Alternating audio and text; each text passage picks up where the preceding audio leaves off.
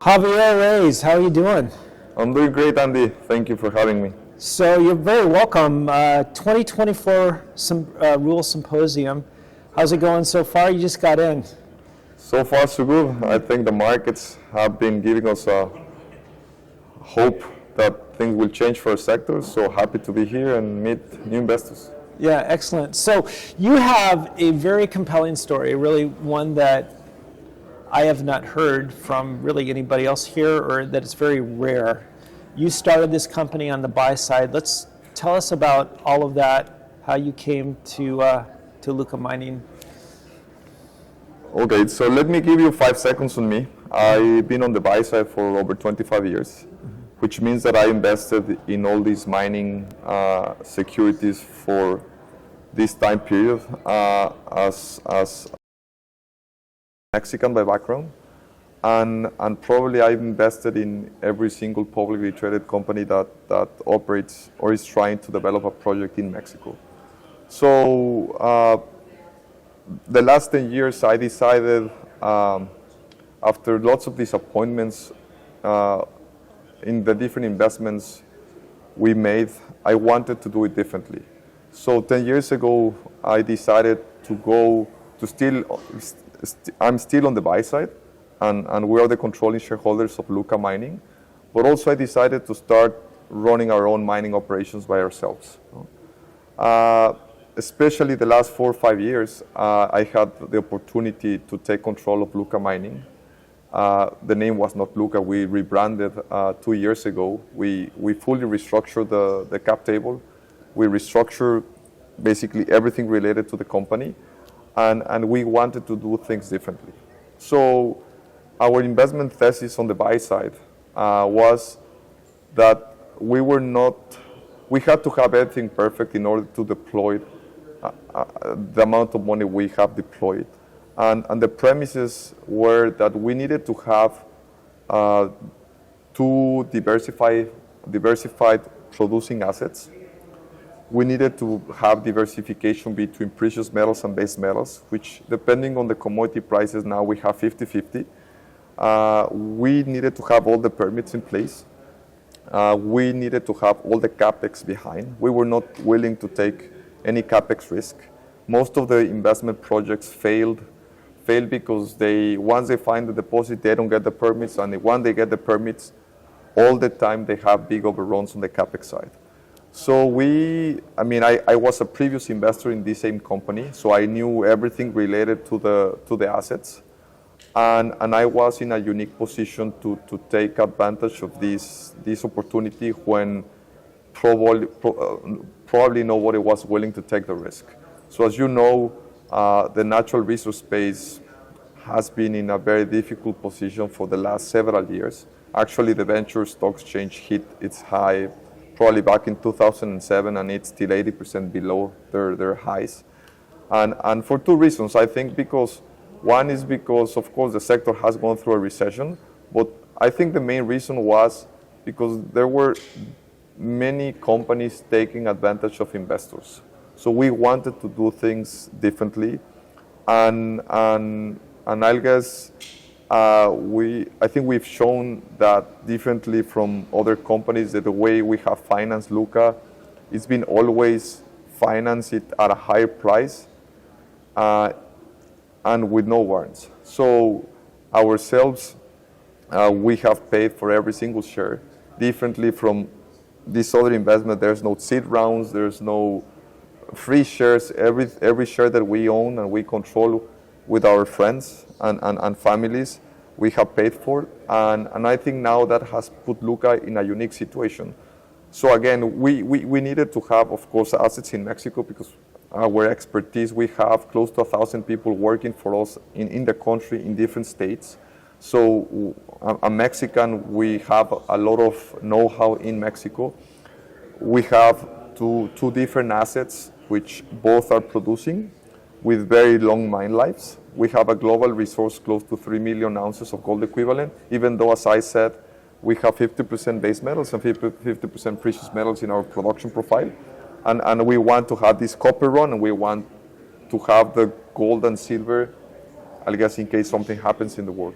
So as background, I guess I'm obsessed with the markets. I've been studying all my life. I have 2 bachelor degrees, almost 4 masters now, and I'm obsessed with the macro themes. And 4 years ago, I have this feeling, and I would honestly say that I was wrong, and it was painful to be wrong, because what we've seen the markets running, I thought this was going to happen probably in 2022, 2023, and it just happened a few months ago. So we needed to have the ability to take control of these assets, again, clean the structure, bring new investors in, and the way we think we're different is that we have protected investors in every single round. Since we took cover back in late 2021, you see, because all the filings are public, every single raise has been in order to not generate dilution. No?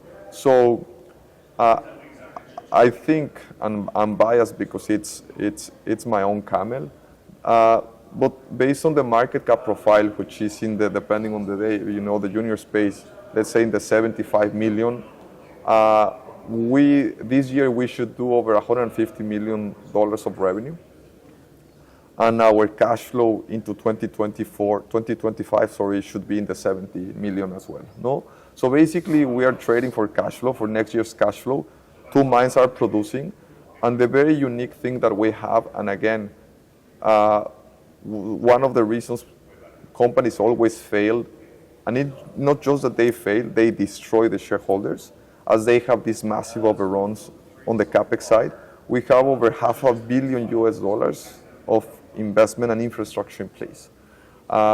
Just put it in context, Campo Morado, which is a big BMS deposit, which we produce zinc, copper, gold, silver.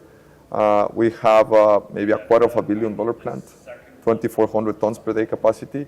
We have 600,000 meters of drilling, maybe 45 kilometers of underground development. So putting in context to the size of the market cap, it's probably one of the most undervalued investments out there. No? And when we decided to make the investment, we were unbiased on where to deploy our money, right? We could have chosen on any investment, because since we've been doing this for 25 years, over 25 years, I mean, we know most of the investments. We invested in most of these companies. So we could have chosen on any other security. It didn't have to be this one, right? But we chose to be this one because, again, we have over $500 million of investment in place. We had close to 3 million ounces on a global resource. We have an incredible team, because in my experience, for the times that I've been taking advantage, it's also because the teams are incompetent, right? So the ego of management, CEOs, chairman, to not transition and being the right people, at the end up killing the companies, no? And they use their companies as a lifestyle. Yeah. So the way we did it differently is like the risks are basically the commodity risk, which we can't control. And we had this feeling that we were going to have the next big run in the commodities, and everything is basically it's as the risk as you could expect in this space. And I don't feel we are a junior mining company anymore. I think we're transitioning in this process of getting out of the junior profile to hopefully become on the next 2 years as a mid-tier. So again, putting in context to the size of the market cap, we should do 150 million Canadian dollars this year. Next year, we should do 250. And the reason I'm completely confident that this is going to happen is because our second asset, which is the gold asset, is going in the second half of this year is going into commercial production. So that's why we know if our calendar year started today, we would do 250, no? Because the first half of the year we had both assets not at full production, but now the second half, both assets, the gold asset is a brand new asset going into commercial production, and the base metal asset, it's doing extremely well. So I think what is unique about us is how undervalued we are. what a talented team which has a proven track record. So we have the ability to operate in a country which has its goods and bads like Mexico. We have an in-country incredible team, and we have an amazing team composed of foreign nationals. If you look at our board profile, you will see incredible people like Neil O'Brien, which he retired from Lundin Mining. He's still in NGX. He's one of the most amazing geologists in the world.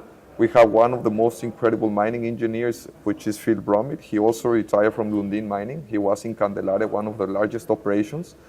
We have a combination of Mexican profiles, so the Rubén Alvidres, the Alvidres family has been in Fresnillo all their lives. Octavio Alvidres, he's the CEO for Fresnillo, which is one of probably the largest silver producer in the world, one of the largest Mexican mining companies.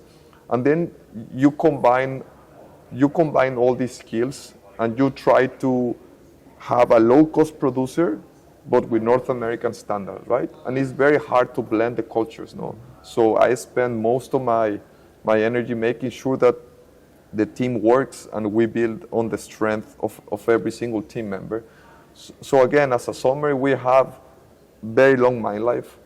We have all the CapEx behind, of course, the sustainable CapEx going forward. And our catalyst in the next, let's say, 3 to 6 months, so for this year, first, we're going to start increasing production. No? So now it's everything about optimization, exploration, and expansion. No? Now that we have a pretty incredible, based on our market cap, production and revenue profile, and of course cash flow profile, now we're focused on continue optimizing, which means bringing costs down and continue increasing throughput based on the existing capacity our plants have. Second, second half of the year, we have a very big exploration program. Even though we have already big deposits, we want to make them bigger, no? And now we're going to increase throughput, no? In both assets have the ability to increase throughput, especially the Campo Morado asset. It has the ability to really increase throughput. We have a lot of, as I was saying, a lot of infrastructure in place. So it will take very little money compared to the expansion profile to make it happen. But mostly important, it doesn't require a lot more of many things. It's just simple. We don't have any real estate restrictions. We have a big plant. We have a big camp. Everything is in place. And now I think as we explore, we're going to be able to show this blue sky that now hopefully the market is expecting from us. Even though, again, the gold asset, as an example, we have 10 years of reserves, 20 years of resources. It's already big, right? But I think now is the time to make it bigger, no? And if you compare our profile, if you have the mid-tiers based on market cap, let's say Endeavor Silver, Fortuna Silver, Core Mining, Capstone, all these great companies that operate in Mexico, on a revenue profile, the average compared to us, maybe they have 4 times higher revenues than us, and their market caps is maybe 40% times bigger than us. No, so I think what they have, which we don't have, and we're in the process of doing it, they have been basically delivering on their promises to the market. No, they have established a great reputation. They trade in the U.S., they trade in the NYSE, most of them. So I think now, as we have been delivering of every single promise that we have given the market, and we continue to have an exceptional. I think our Q3 is going to be one of our most important quarters because, again, the 2 mines should be going into full production. And as we report, I think the market will be surprised on the ability of the company to generate cash flow. And again, also always based on the market cap, right? Because people want to make money and adjust it for risk. I don't believe there's many other companies like ours where you can have the blue sky, you can have the cash flow that we expect, and also very incredible board members and management that will make sure that we execute. Because now it's about execution. I mean, the assets have been de-risked as as much as you can do in mining. No? And now the focus is that we make sure we open for business every single day, which means no accidents. We are very focused on safety and health, doing a lot of work with the communities, because as long as we keep all our employees happy, which means health and safety, we take care of the communities. And I would say that I had a rough start in my childhood, so I know how it feels to be there, right? No, I have a commitment, a personal commitment as a family to change the lives of the communities where we operate. So again, as long as we operate every single day, which no accidents, good community relationships, the assets are there, the infrastructure is there, the production profile is there, and I think this for sure will be a great investment for us. And I guess our commitment has been in every single check we have put into the company, and I think it's still the best is to come on the next, I would say, few months and years. No? So there is a lot there, and I'd like just a couple points that I'd like to make first, and then a question, if you would. So me as an investor, I love that you've made a lot of mistakes as an investor, and I love that, meaning because if you don't make mistakes, you don't learn, and that's certainly been my case. One of my biggest fears as an investor is that I'm funding a lifestyle company as opposed to a real company that's either doing real exploration or doing real production. So I really appreciate that you address that. So that means the world to me. The second thing is you did your financing and you raised all of your capital without warrants. Is that correct? Did I get it? So let me, on our investment, which was $40+ million, 21 came at 45 cents with no warrants, and the rest came at 35 cents as all the other investors, with half a warrant at 50 cents. Okay. So when the stock was in the 20-something cents, we committed all the advance that we made to the company. We put it back on as equity at 45 cents. So that's the way you show that you are different, right? Yep. Because when you have the chance, even if we would have done it at 28 or 30 cents, which was at market, it would have been fair, right? Mm-hmm. And we decided to do it like over a 50% premium because we wanted to show commitment. At the end, we're not going in for the pennies, right? We wanted to show a very strong message and strong commitment. And as we grow and as we are marketing now for the last 3 months, we share with the ecosystem. We are not like the rest, right? Of course, we had the ability, we were fortunate to have the ability to bring not just our own capital, but friends and family under the same conditions. Mm-hmm. And I guess there's nothing more to say. I mean, we already did it, right? And even when the stock was below 50 cents, because as I've said, the financing, when we fully restructured the transaction, was at 35 cents, no? Even though we accepted to take 21 at 45. The warrants, it's dilution that has been priced in. No? Got it. So rather than, when we saw the markets running, we really wanted to fast forward growth. So something that we expected doing Q1 2025, which basically going into a more aggressive exploration program, because again, we have 10 years, no? We didn't need more, no? Mm-hmm. But now we needed to tactically develop the assets, because at the end, we want to be $1 billion company, no? That's why we committed that much capital. So basically, our friends and family, which is not the typical game where people sell their shares to exercise their warrant, right? That's what you always see in all these different companies, no? Right. So what we did is we basically got together with our closest friends, including ourselves, and we said, let's exercise the warrants. Because if we fast forward growth 6 months, it makes a big difference. So it's funny because the brokers where we hold our warrants or our shares, they came to us saying, but why you are trying to exercise 50 cents warrant when the stock is 44? Right. And they said, compliance is asking why you are doing it. No? Yeah. And I said, because we're committed to the company, right? Yeah. Because we don't want to dilute shareholders, no? Yeah. But it's funny when they don't expect somebody throwing money at 50 when the stock is below 50, and you have to give the explanation to compliance, which is basically we're the controlling shareholders. We want to grow the company. We don't want any more dilution, right? Right. So, like if you see the history of the company, I think it shows a strong commitment that we are here to protect all shareholders. Yeah. Just putting to the side that we are the largest ones, no? Yeah. No, that makes a huge difference. So really the last point is I want to make sure that I heard you correctly and that our viewers are going to hear you correctly. You are currently producing and you're going even into more production by the end of the year. Is that correct? So the first half of the year, we had the base metal asset Campo Morado producing, I would say, well, but the second half of the year, as we are optimizing, we are increasing throughput.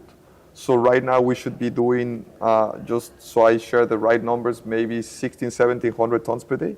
By the end of the year, we should hit over 2,000 tons per day. So we should be able to increase 30-40% throughput, and the recoveries that the team has been able to accomplish are just incredible, no?